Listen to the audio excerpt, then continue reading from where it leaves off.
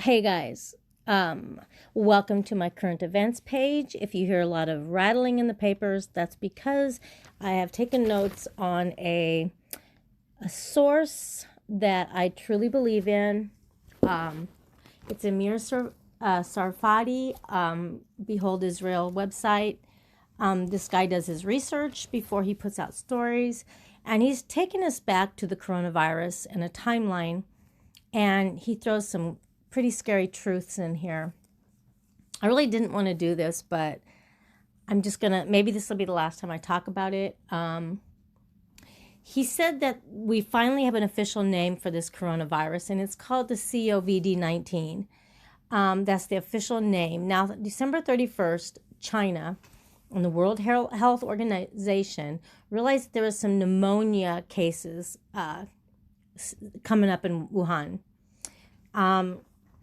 Several who were affected worked at a seafood market, and they had shut down the market the next day. Now, the December 31st is when they'd come out with this disease. That people were getting sick. They knew something was different, something was off, but they didn't know what it was yet. January 1st, I'm sorry, the next day the market shut down. Now, that seafood market only sold seafood. It did not sell bats or any wild animals, just seafood. I think 2 people became sick at that seafood market, if I'm not mistaken. Okay, then January 5th, Chinese officials ruled out a reoccurrence of SARS because it kind of mimicked a little bit of the SARS virus. So they ruled that out January 5th. I think it was 2003, maybe 800 people died from SARS. Excuse me. Now, January 7th, officials announced it had a new virus, according to the World Health Organization, and it was in the coronavirus family. It was a respiratory. It's in your lungs. It's a dry cough and a fever. Now, it's caused by the virus. They've never seen it before. January 11th, China, the first death reported. It was a 61-year-old. And then now a month ago, and they had said one person had died. January 13th is the first case in Thailand, and January 16th was the first case of someone being exposed to it in Japan. Now, apparently the person from Thailand and Japan had traveled to Wuhan and back. All right, January 17th, they reported a second death less than a month ago. They said that 2 people had passed away from this virus, okay?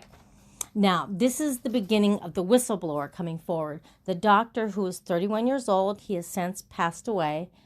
He realized something was going on because hundreds of people were coming into the hospital. Police had even visited his home and tried to tell him not to speak about it. The Chinese were trying to suppress this for whatever reason. But with social media, people were hearing things, and January 20th, China reported a third death. That was 20 days since the virus came out that they said that they had 3 dead. You don't quarantine millions of people because of 3 deaths or lock down nearly 50 million people. Now, there was, hold on here. Yeah, no, you're not going to have a whistleblower for 3 deaths, okay? You're not going to have a lockdown. You're not going to have quarantine or a whistleblower come forward because of 3 deaths, okay? January 23rd, Wuhan quarantines, air and rail departure was suspended, and a few other cities. There was 30 million, and the Lunar New Year events were canceled. Now, January 25th, there was 5 cities that were involved with this, 56 million people, and Hong Kong canceled their lunar activities.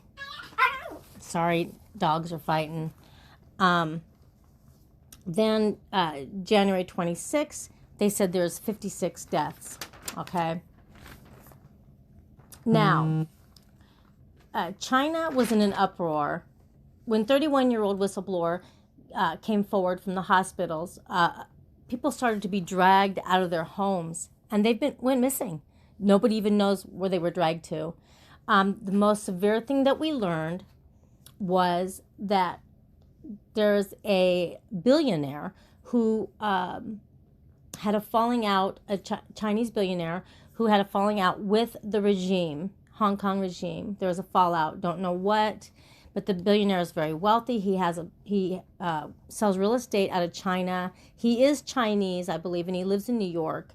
I think he has a home in London. But he has come out, and his family's even in danger, and some have been imprisoned because he's coming out.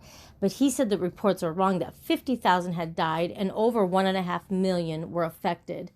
Now, there's reports from workers in the crematoriums. I think there's 49 crematoriums in this Hubei province, and they usually see 15 to 20 bodies a day. Now they're seeing hundreds. They're working 24/7 around the clock. Reporters have went in and interviewed them, and they're collapsing. They're working so hard. And then there's a weather organization called windy.com, and they're seeing suspicious activity in the air, massive release of sulfur dioxide gas commonly associated with the release of burning of organic matters. And it's been way elevated. So they were saying 50,000 easy have been cremated, if I'm hearing the story right. So when the whistleblower died, Chinese people were in an uproar, and because the story was suppressed, and more videos started to surface, and stories coming out of China, out of the hospitals, and everything was completely out of control.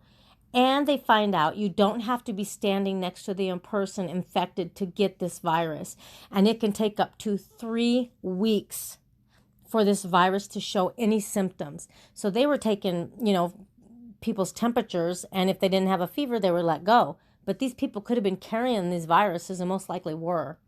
Now the economy as well is being challenged. We are having a shortage of phones, electronic devices, and raw materials from China. The World Health Organization has stated, and this is very scary, they said if we can find a vaccine in the next 18 months, we will be grateful. Now, where did the virus come from? People were saying the seafood market, okay? The Chinese authorities have changed it 3 times, and every time they wrote something, it didn't make sense. Bats were not involved whatsoever, okay? Let's see, where else am I here?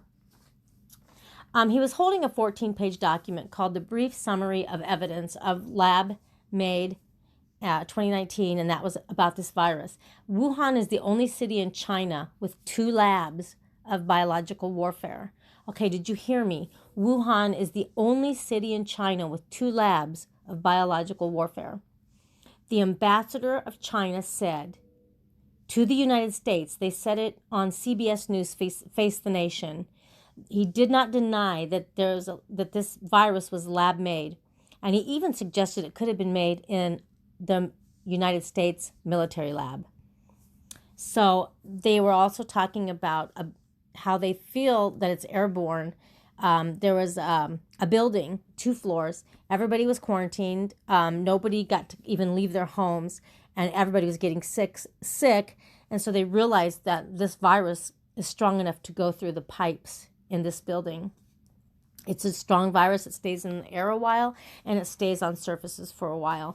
I think they find that it's mostly the old, people that aren't healthy, low immunity, people that are getting really sick. And the biblical perspective, this is just a foretaste of pandemics that the Bible talks about in the end times. This is nothing compared to the plagues that are going to be happening in the end times. This is just giving you a foretaste of what a plague can do, okay? We're living in a fallen world. There was sin, then there was the flood, and the ecosystem, as it was created, went bad. We need to deal with the issue of sin. Now, China and 26 other countries are affected right now. The World Health Organization says that we haven't even seen the tip of the iceberg with this disease. North Korea, who are best friends with China, have isolated themselves completely from them, understandably. Now, on a positive side, Christians have been always persecuted in China. Now, the Christians, the people that they're wearing yellow jackets and they're going to help people and they're showing humanity. And for the first time, these Christians are being respected by the authorities, and policemen are even taking brochures from them and talking to them.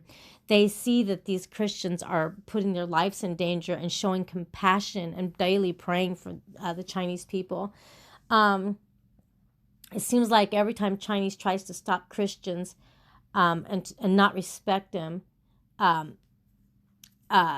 every year the persecution of Christians has gotten worse. But now they can freely preach the gospel because they have other things to worry about. They're openly showing and helping people. So that is what I wanted to report. Take it for what it's worth. I believe this gentleman wholeheartedly. If you are a Christian, and you should not fear death, you should not fear death because we have that blessed hope. And to be absent from our body, the body is to be present with the Lord. So I would say to repent if you need to, get your lives right with Jesus, and don't fear this coronavirus. God bless everybody, and thank you for listening.